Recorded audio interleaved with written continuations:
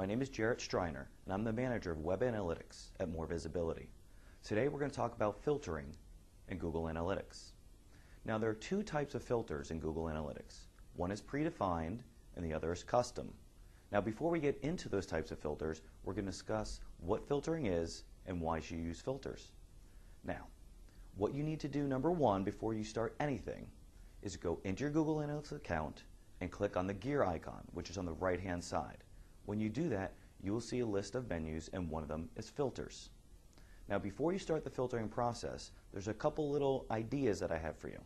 The first one is make sure that you have an unfiltered profile. The reason you want to have one unfiltered profile is that Google cannot go back and grab any data once it's been filtered. So if you filter something out and you really needed that data point, you will not be able to go back to those previous dates and pull that data. So we have that set. Now the other thing is, you can go ahead and have an unfiltered profile if you decide that there are certain data points you don't want to track at all. And one of them could be internal traffic. So for your company, you can take your IP range, you can take anything you need to pull out, and that way your filtered profile will work for you. So now that we have discussed what you should do to start and what you shouldn't do, let's get into what filters are. What you can do with filters is a lot of things to pull data. Besides pulling this data, you can include and exclude data so your numbers are going to be a little bit truer for your reports and what you see. Now Google can give you up to 50 profiles. So in those 50 profiles you can set anything you want. You can set up SEO, you can set up social media, you can set up internal traffic, you can set up external traffic.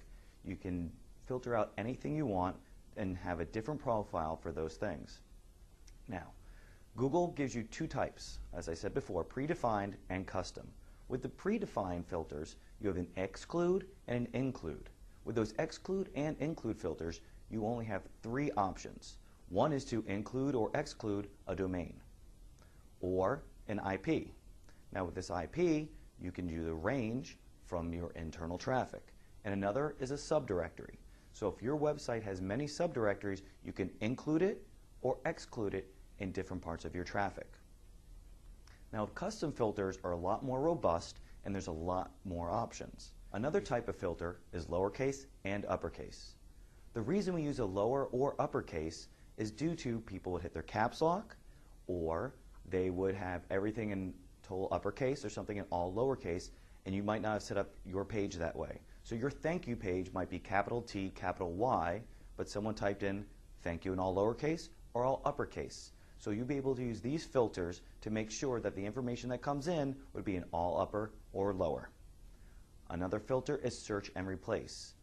This is something you would use if you use IDs. So instead of using a logical name, you'll have an ID for something. You could have ID 100 or ID 200. You can use this search and replace to replace anything in the hundreds to a word like tire, or anything in the 200s like book. So you can use those filters to use that. And the last filter is an advanced filter. This filter can be used to set regular expressions that you need to filter out more than just an include or exclude. For more information about filtering or Google Analytics, please visit our blog at morevisibility.com/analyticsblog.